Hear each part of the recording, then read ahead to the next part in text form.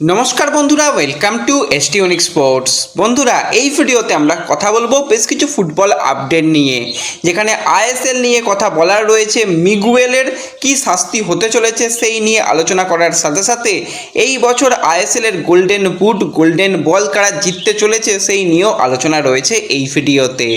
Interesting video হবে, শুরু থেকে শেষ পর্যন্ত দেখো। ভিডিও ভালো লাগলে সকলে একটু লাইক শেয়ার করে দিও, আর যারা চ্যানেলে প্রথমবারের জন্য এসেছো মনে করে চ্যানেলটাকে সাবস্ক্রাইব করে নিও, তাহলে প্রিয় দলের খেলার সমস্ত আপডেট তোমরা এখানে পেয়ে যাবে।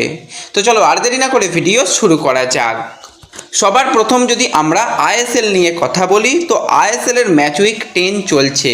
সেখানে গুরুত্বপূর্ণ ম্যাচে নর্থ ইস্টের মুখোমুখি হয়েছিল এফসি গোয়া, এবং নর্থ ইস্ট এবছরে তাদের কিছুই করার নেই, তারা কিন্তু জঘন্য পারফরমেন্স করছে। গোয়া তাদের সামান্য শক্তি নিয়েও কিন্তু ভালো পারফরমেন্স করে তারা শেষ পর্যন্ত ম্যাচ জেতে আবারও কিন্তু ড্র্যাজিজ গোল করে, এবং মোহাম্মদ ইয়াসির একদম শেষের দিকে গিয়ে গোল করে এফসি গোয়াকে ম্যাচ জিতিয়ে দেয়। এবং এফসি গোয়া ম্যাচ জিতে যাওয়ার ফলে 10 ম্যাচে তারা কিন্তু উইনিংস পয়েন্ট নিয়ে পয়েন্ট টেবিলের 2 নম্বর পজিশানে উঠে এলো, এবং মোহনবাগানের ঠিক তলায় রয়েছে। মোহনবাগানের থেকে একটা ম্যাচ বেশি কিন্তু গোয়া খেলে নিয়েছে, কিন্তু গোয়া কিন্তু কিছুটা হলেও তারা কামব্যাক করলো। এবং আইএসএলের আজকে কিন্তু যে দুটো ম্যাচ রয়েছে, ডবল হেডার ম্যাচ, দুটোই কিন্তু মোস্ট ইম্পর্টেন্ট ম্যাচ রয়েছে। প্রথম ম্যাচ বিকেল 5টা থেকে, যেখানে বেঙ্গালুরু এফসির মুখোমুখি হবে মুম্বাই সিটি এফসি, এবং মুম্বাই বর্তমানে পয়েন্ট টেবিলের 9 ম্যাচে 18 পয়েন্ট নিয়ে 3 নম্বর পজিশানে রয়েছে। বেঙ্গালুরু এই মুহূর্তে কিন্তু 9 ম্যাচে 15 পয়েন্ট নিয়ে 5 নম্বর পজিশানে রয়েছে। তো এই ম্যাচটা যদি বেঙ্গালুরু তারা জিতে যায়, তারা কিন্তু 18 পয়েন্ট পর্যন্ত পৌঁছে যাবে, এবং তারা 3 নম্বর পজিশানে উঠে আসবে। এবং মুম্বাই তারা যদি এই ম্যাচটা জিতে যায়, তারা কিন্তু মোহনবাগানেরও উপরের দিকে চলে যাবে। হ্যাঁ, মোহনবাগান মুম্বাই থেকে একটা ম্যাচ কম সেক্ষেত্রে খেলবে। তো এই ম্যাচটার উপর নির্ভর করবে, পয়েন্ট টেবিলটা আরও বেশি জমে যাবে। যদি ম্যাচ ড্র হয় তো সেক্ষেত্রে কিন্তু সুবিধা হবে ইস্টবেঙ্গলের মতন দলের। তো অবশ্যই এই ম্যাচটা একটা হাই ভোল্টেজ ম্যাচ হবে নিঃসন্দেহে বলা যায়।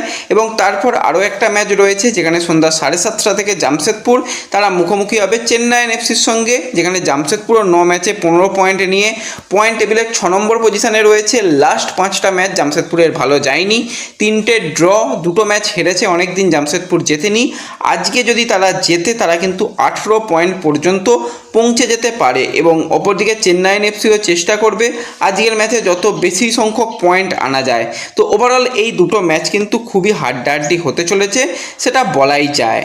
তো এর সাথে সাথে যদি আমরা একটুখানি ইস্টবেঙ্গলের গুরুত্বপূর্ণ প্লেয়ার মিগুয়েলের কথা বলি, তো মিগুয়েলের কি শাস্তি হচ্ছে সেই নিয়ে অনেকে জানতে চেয়েছিলে। দেখো, মিগুয়েলের ব্যাপারে যেরকমটা আপডেট বেরিয়ে আসছে, ইস্টবেঙ্গলের তরফ থেকে কিন্তু তারা ফেডারেশনের কাছে অ্যাপিল করে, তারপর কিন্তু তাদের মিগুয়েলের আইনজীবী কিন্তু পুরোপুরি ব্যাপারটা ফেডারেশনকে জানায় যে কি ঘটনা ঘটেছিল সেদিন ম্যাচে, সমস্ত কিছু জানানো হয়। এখনও পর্যন্ত ফাইনাল ডিসিশান আসেনি, দুদিনের মধ্যে কিন্তু ফেডারেশনের তরফ থেকে ডিসিশান আসার কথা রয়েছে যে শেষ পর্যন্ত কি হবে। আইনের লড়াইয়ে ইস্টবেঙ্গল রয়েছে। এদিকে ইস্টবেঙ্গলের শীর্ষকর্তা জানিয়েছে ফেডারেশন সবসময় সহায়তার হাত বাড়িয়ে দিয়েছে ইস্টবেঙ্গলকে, অথচ আমরা কিন্তু বারবারই অবিচারের শিকার হয়েছি। রেফারিং অন্যতম তার প্রধান উদাহরণ। এইভাবে দিনের পর দিন চলতে পারে না। এবার আমরা দেখব পরবর্তী পদক্ষেপ কি গ্রহণ করা যায়, সেই অনুযায়ী কিন্তু আমরা সিদ্ধান্ত নেব। এটা কিন্তু ইস্টবেঙ্গলের শীর্ষকর্তা জানিয়েছে। তো যেরকমটা শোনা যাচ্ছে, এই যেহেতু এই বছরের শর্ট লিগ, মিগুয়েল যে কাজটা লাল কার্ড দেখার পরে করেছে, সেই কাজটা মোটেই ভালো নয়। তো সেই কারণে তাকে 3 ম্যাচের জন্য সাসপেন্ড করা হয়েছিল, মানে এক্সট্রা করে 2 ম্যাচের জন্য। তো সেক্ষেত্রে এই শর্ট লিগের কথা মাথায় রেখে হয়তো বা মিগুয়েলের শাস্তি কিছুটা কমতে পারে শোনা যাচ্ছে, যদিও অফিসিয়াল নয়, তাই এখনই জোর গলায় বলা যাবে না যে হ্যাঁ মিগুয়েলের শাস্তি কমে গেল। বেশ কিছু জায়গা থেকে, ভুয়ো জায়গা থেকে, বিশেষত ফেসবুকের কিছু ভুয়ো পেজ থেকে কালকে এমনভাবে কিছু খবর সেখানে ছড়ানো হয়েছিল যে মিগুয়েলের পুরোপুরি সমস্ত কিছু মিটে গেছে, সেখানে মিগুয়েল সম্পূর্ণভাবে নির্দোষ প্রমাণিত হয়ে পরের ম্যাচ থেকেই খেলবে। ব্যাপারটা একদমই সেরকম নয়। অফিসিয়াল কনফার্মেশনের উপর অন্তত অপেক্ষা করো। এইসব ভুয়ো জিনিস যেখান থেকে দেখছো ভাই, সেখানগুলো থেকে একটু বিরত থাকো, একটু জানার চেষ্টা করো যে সঠিক তথ্যটা কী, তাহলেই আশা করি বুঝতে পারবে। কালকে প্রচুর মেসেজ এই নিয়ে এসেছিলে, অনেক স্ক্রিনশট আমাকে পাঠিয়েছিল অনেকে। তো আশা করছি ব্যাপারটা ক্লিয়ার করতে পারলাম। এবং বিশেষত যেখান থেকে এই জিনিসটা রটনা হয়েছিল সেটা হচ্ছে মূলত ওপাড়ার কাজ। তো সেক্ষেত্রে তারা একটা এইরকম করার চেষ্টা করেছিল, ইস্টবেঙ্গল সমর্থকদের একটুখানি অন্যরকম দিকে পরিচালনা করার চেষ্টা করেছিল। তবুও বলবো সাবধানে থাকো, সতর্ক থাকো, এপাড়ার জিনিস ওপাড়ায় অনেক কিছু এরকম রটনা হয়, তো সেই জিনিসগুলো থেকে দূরে থাকো। তো এছাড়া আরও একটা বিষয় নিয়ে কিন্তু জোর চর্চা চলছে যে ভারতের একজন প্লেয়ার যে কিন্তু বিদেশের নাগরিকত্ব তার কাছে রয়েছে, অর্থাৎ সান হুন্ডাল, সে নাকি আইএসএল এর ক্লাবে সাইন করে দিয়েছে, তাকে আমরা নেক্সট ইয়ারে মোহামেডান স্পোর্টিংয়ের ক্লাবের জার্সি গায়ে খেলতে দেখব, এরকমটা একটা ব্যাপার প্রচণ্ড পরিমাণে ভাইরাল হয়েছিল। এই ব্যাপারটারও কিন্তু কোনো রকম সত্যতা নেই।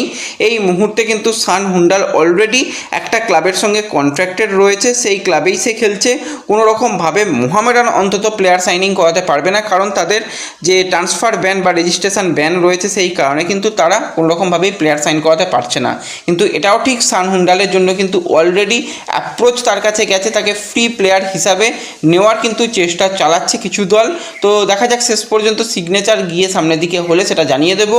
এবং সামনেই মে মাস রয়েছে, সেখানে প্রত্যেকটা প্লেয়ারেরই কন্ট্রাক্ট শেষ হয়ে যাবে এবং ট্রান্সফার উইন্ডো ওপেন হবে।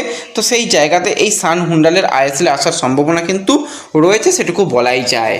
তো এরপর আমরা যে বিষয়টাকে নিয়ে কথা বলবো, আইএসএলের তো মাঝপথে আমরা চলে এসেছি, সেখানে আমরা পয়েন্ট টেবিলে দেখছি দুর্দান্ত জমে গেছে। তো সেই জায়গাতেই যদি আমরা কথা বলি যে গোল্ডেন বুট, গোল্ডেন বলের রেসে কোন প্লেয়াররা এগিয়ে রয়েছে, তো এই লিস্টে যদি প্রথমে গোল্ডেন বুটের দিকে তাকাই, সেখানে 5 নম্বর পজিশনে রয়েছে মুম্বাই সিটি এফসির প্লেয়ার ছাংটে, যে কিন্তু অলরেডি 4টে গোল করে ফেলেছে। এছাড়া 5 নম্বর পজিশনে আরও একজন প্লেয়ার রয়েছে ইন্টারকাসির প্লেয়ার অ্যালফার্ট পেনাস, যেও কিন্তু 4টি গোল করেছে। এছাড়া যদি আমরা তাকাই তো সেক্ষেত্রে 4 নম্বর পজিশনে যে প্লেয়ার রয়েছে সেটা হচ্ছে এফসি গোয়ার প্লেয়ার ড্রাজিজ, যে কিন্তু 7টি গোল করে ফেলেছে।